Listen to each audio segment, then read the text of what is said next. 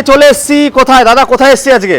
নদিয়ার বাতকুল্লায় এসেছি, না টিভিতে এসেছি, যেখানে কিন্তু টুনওয়ালের সমস্ত গাড়ি বিক্রি হয়। আপনারা দাদা তোমরা ডিলারশিপ কোথায় কোথায় দিচ্ছ?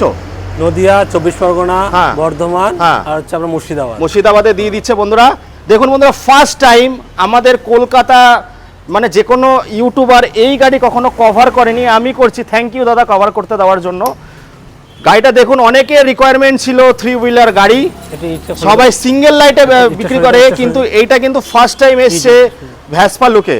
তো দাদা কত টাকা ইএমআই এর জন্য আনতে হবে?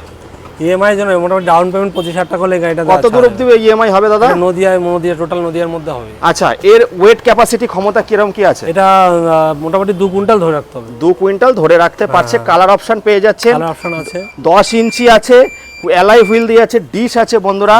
আর দেখুন গাড়িটা চালিয়ে দাদা দেখাচ্ছে কত সুন্দর